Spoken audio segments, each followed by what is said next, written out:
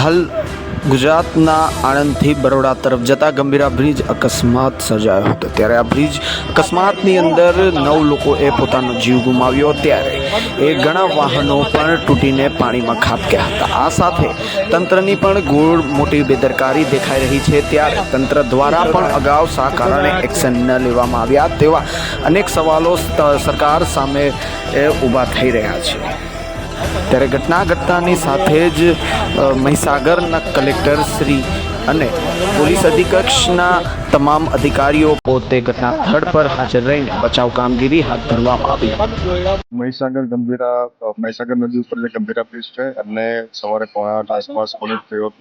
એમની અંદર 2 પિલર વચ્ચેના ભાગનો સ્લેબ જે છે એ ઢળી પડ્યો છે। એમની અંદર પ્રાથમિક રીતે આપણને જે માહિતી મળે છે એ મુજબ 2 ટ્રક્સ, 2 ત્યાં ઇકોવાન અને એ સિવાય 1 પિકઅપ વાન અને અન્ય વ્હીકલ્સ ત્યાં એમાં અંદર પડ્યા છે। રેસ્ક્યુ ઓપરેશન ચાલી રહ્યું છે। આપણે 5 લોકોને બહાર કાઢ્યા છે। અન્ય રેસ્ક્યુ ઓપરેશન ચાલે છે। વિગતવાર માહિતી આપણે આપીશું। અગત્યનું અત્યારે રેસ્ક્યુ ઓપરેશન છે, આપણે ઇમરજન્સી રિસ્પોન્સ સેન્ટરની ટીમ પણ અહીંયા મોબિલાઇઝ કરી છે। આ સિવાય આપણી નગરપાલિકાની ટીમ છે, ફાયરની ટીમ છે, એનડીઆરએફની ટીમને પણ આપણે અહીંયા બોલાવી છે અને સાથોસાથ આપણા તમામ વહીવટીતંત્ર, પોલીસ અને બાકી વિભાગો પણ અહીંયા છે અને રેસ્ક્યુ ઓપરેશનને આપણે પ્રાથમિકતા આપીએ છીએ। સ્થાનિક લોકો અને તરવૈયાઓ પણ આ રેસ્ક્યુ ઓપરેશનની અંદર જોડાયા છે। એટલે હાલના તબક્કે આપણી પ્રાથમિકતા આગામી 1 કલાક માટે રેસ્ક્યુ ઓપરેશન હશે। આપનો જે મુદ્દો છે કે આ બ્રિજ શા માટે કોલેપ્સ થયો એમના વિગતવાર આપણે કારણોની આપણે જાણ પણ કરીશું, પણ હાલના તબક્કે અગત્યતા આપની આ બ્રિજના જે રેસ્ક્યુ ઓપરેશન છે આપણે એમને બધાને બહાર કાઢીએ અને એમની લાઈફ લોસ આપણે મિનિમાઇઝ કરીએ એનો પ્રયત્ન આપવો છે। એની વિગત આપની સાથે શેર કરીશું, પણ અગત્યનો અત્યારે હાલના તબક્કે અત્યારે આપણું મેઇન ફોકસ રેસ્ક્યુ ઓપરેશન છે અને એના ઉપર આપણે ફોકસ કરીશું। એ વિગતો આપની સાથે ચોક્કસથી જાણ કરીશું।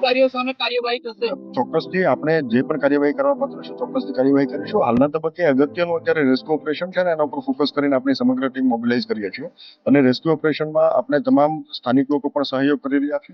આ તમામ આગળ પણ અપેક્ષા છે કે રેસ્ક્યુ ઓપરેશન ઉપર ફોકસ કરીને આપણે એના ઉપર આપણે એ દિશામાં સંયુક્ત સહિયારા પ્રયાસ કરીએ। આજે વહેલી સવારે આણંદ અને વડોદરા જિલ્લાને જોડતો મુખ્ય બ્રિજ ગંભીરા બ્રિજ એ વર્ષો જૂનો બ્રિજ છે, જેના પરથી ખૂબ મોટા પ્રમાણમાં વાહનોની અવરજવર થાય છે। લોકો આ બ્રિજનો રોજ હજારોની સંખ્યામાં યુવાનો રોજગાર અર્થે આ ઉપયોગ કરીને સામે ટાંકે જાય છે।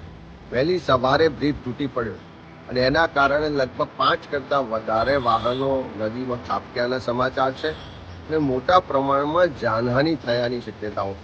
વહેલી સવારે જ કલેક્ટર શ્રી સાથે, એસપી સાથે ને બંને વડોદરા અને આણંદ જિલ્લાના વહીવટીતંત્ર સાથે વાત પણ કરી, બચાવ કામગીરી તાત્કાલિક શરૂ કરવા માટેની રજૂઆત પણ કરી છે।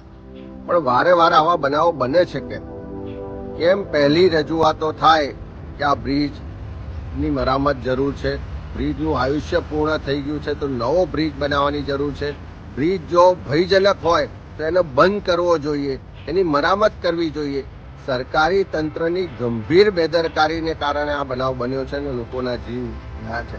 અને એવા સંજોગોમાં સરકાર આખા ગુજરાતમાં આવા બનાવો બને ત્યાર પછી જાગે, વહેલા કેમ નથી જાગતી? જો વહેલા જાગી હોત તો આ બનાવ ના બન્યો હોત, લોકોના જીવ જવાની જે શક્યતા છે, જીવ ના ગયા હોત। મને જે જાણકારી છે મુજબ મોટા પ્રમાણમાં લોકો નદીમાં ડૂબ્યા છે અને આ જે બનાવ બન્યો એના કારણે આખા વિસ્તારમાં અત્યારે ખૂબ ચિંતાનું વાતાવરણ છે। અમારા બધા જ કાર્યકરો, આગેવાનો, ત્યાં સ્થાનિકો પણ મદદમાં છે, પણ સરકારને ફરી મારી વિનંતી છે કે તાત્કાલિક એના માટેની એક્સપર્ટ બચાવ ટીમો મોકલવામાં આવે અને આખા બ્રિજ પરનો જે ટ્રાફિક છે એની વૈકલ્પિક વ્યવસ્થા કરવામાં આવે અને આની યોગ્ય તપાસ થાય। પણ પહેલી તાત્કાલિક જરૂરિયાત છે કે એની બચાવ કામગીરી કરવામાં આવે। ગુજરાતમાં વડોદરા જિલ્લાના પાદરા નજીકથી સૌરાષ્ટ્રને જોડતો પુલ અને પુલની વહેલી સવારે બનેલી દુર્ઘટનામાં જે રીતે માનવ જિંદગી હોમાઈ ગઈ દેખાય છે કે ગુજરાતની ભાજપાની ભ્રષ્ટ સરકારના પાપે વારંવાર આવી દુર્ઘટનાઓ બની રહી છે। નવા બનતા બ્રિજ હોય એ ધરાશયી થાય એ આપણે જોયા છે કે કઈ રીતે રાજકોટ, વડોદરા, સુરત, અમદાવાદમાં શાંતિપુરા ચોકડી સહિતના બ્રિજો, મહેસાણાના બ્રિજો, એ પાલનપુરનો બ્રિજ ધરાશયી થયો। એ રીતે મરામતના નામે, મેન્ટેનન્સના નામે કંપની હોય કે કંપની, એમાં મોરબીનો ઝૂલતો પુલ 150થી વધુ બાળકો સહિત આબાલ વૃદ્ધના મોત